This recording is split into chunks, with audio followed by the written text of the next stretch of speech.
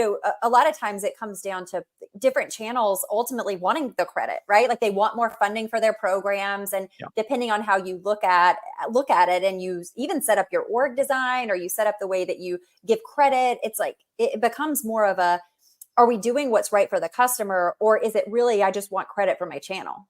And I agree with you. That's why we built Hawk AI that you mentioned, is because we wanted that third party look of like objective look, because Facebook's never going to tell me not to spend on Facebook. Right. No, really? Yeah, exactly. But I think it also comes down to, again, stepping out of the spreadsheets and looking at the logic of it. Like what type of a customer Google drives versus TikTok versus Meta versus all these different things, it's different. So like trying to compare them as, do I spend more on Meta or do I spend more on Google because of my returns? Well, that's not quite accurate, because you have to think about like, where do those returns come from? Why did they come? Like, Google, the way people are interacting with Google versus Meta is very different. You're basically answering existing demand on Google versus creating new demand on Meta.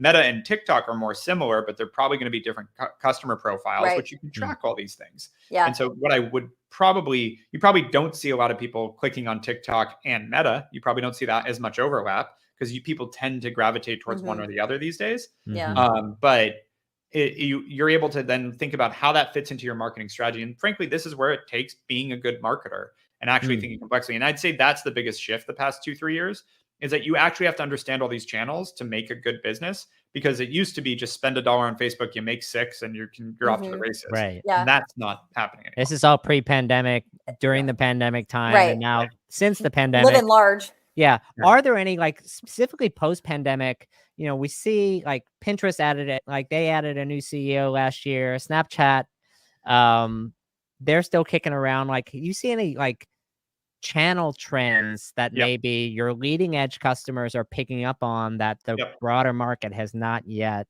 hasn't hit their radar yet? So it's funny. So the financial market, in publicly traded markets, the private equity funds, they don't like SMB, because there's high churn, meaning the companies that target small and medium businesses have high churn rates, because inherently those companies go out of business, or they're indecisive, et cetera, they're budget constrained. So they don't like targeting that. The irony is, from my understanding, Meta and Google make most of their money from SMB.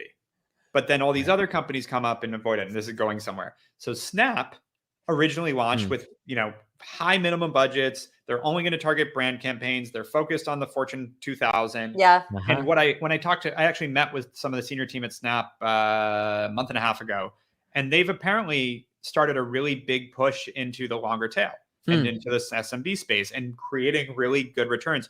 And the report we saw is the highest increase in ROAS the past year came on Snap. And we're not sold yet, I will say. I'm hopeful, because living in LA, I would love Snap to be a much more successful company. Not that it's not, but like, I'd love to see them really start taking some market share.